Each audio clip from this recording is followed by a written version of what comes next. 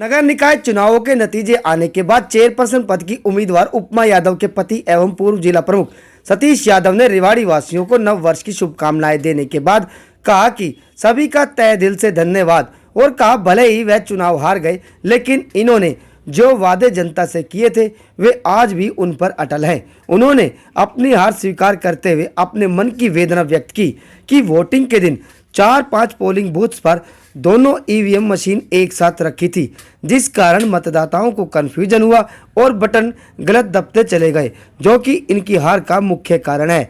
लेकिन ये इसके लिए किसी को दोषी नहीं मानते। जनता का फैसला इन्हें हर हाल में स्वीकार है।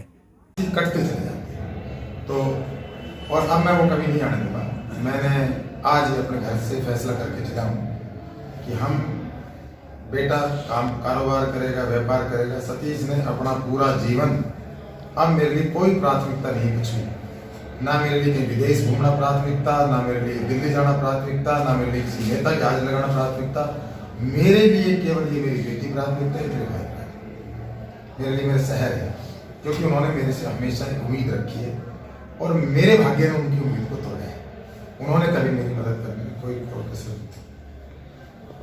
दो बातें रही है, जैसे अभी सतीश यादव जी चुनाव मैदान में उतरे, भाजपा में विधानसभा चुनाव से पहले उनकी एंट्री हुई थी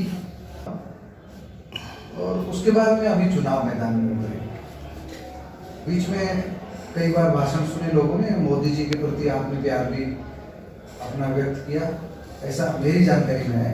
मैं ये चाहूँगा कि आज के दिन आप जो शहर की सुंदरता का सपना संजो रहे हैं, सहयोगी की भूमिका में भाजपा में एंट्री लेकर के किस तरह की भूमिका रहेगी, या बतौर आजाद ख्यालात आजाद उम्मीदवार? जी पता है, मैंने मोदी जी की बड़ाई को इसलिए नहीं की मुझे कोई राजनीतिक लाभ मिले, और मैं आज हर उस आदमी का प्रशंसक हूँ जो काम करना चाहता है। मोदी जी ने आपको एक मैसेज दिया, कोई साफ सफाई कर्मचारी केवल सफाई कर्मचारी नहीं है, हर व्यक्ति को अपना काम स्वयं करना चाहिए। महात्मा गांधी जी ने भी आपके सामने उदाहरण है आपके बीच में, किस तरह से चरखा काटते थे।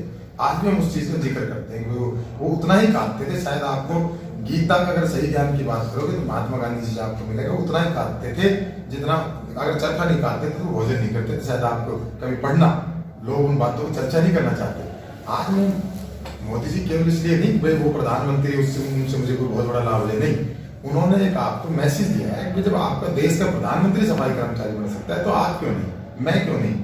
तो इसलिए मैंने इस नाते उनकी क्या नीति है वो जानिए, वो कोई उनको क्रिटिसाइज करता, लेकिन पार्टी का विषय नहीं, व्यक्ति का विषय है, मोदी का विषय, मोदी जी का विषय है।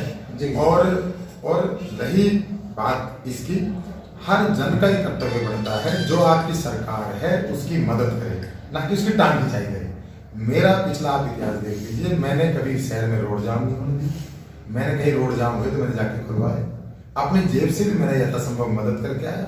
यहाँ अनेक किस्से बता दूंगा जहाँ मैं अपनी जेब से 1,50,000 रुपये दे के आया, भाई तुम्हारे एक्सीडेंट हो गया, आदमी चला गया ना भाई, मैं 1,00,000 रुपये देता हूँ और ये तुम करो और रोड जाम खोलो। प्रशासन से मैं उम्मीद करूंगा।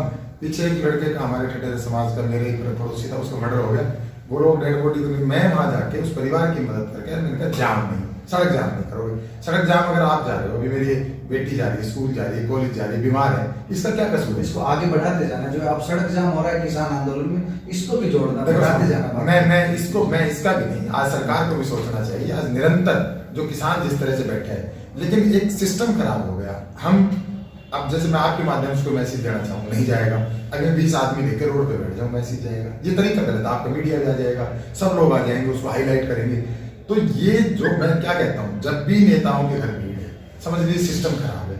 जब नेताओं के घर भीड़ नहीं है, इसका मतलब सिस्टम बहुत अच्छे से काम कर रहा है। ये जो भीड़ तंत्र है ना, इससे हमें बचना पड़ेगा कि भाई भीड़ क्यों। अगर मान लो किसान नहीं चाहता तो सरकार को सोचना चाहिए। आज निरंतर 30-40 किसान की डेथ हो चुकी है, आप उन पे, किसान ये नहीं चाहता कि भाई ये डेथ हो, एक बार उसकी लोकसभा में आओ, उस पर चर्चा कराओ, चर्चा करा के फिर उसको अध्यादेश से नहीं, ऑर्डिनेंस से नहीं।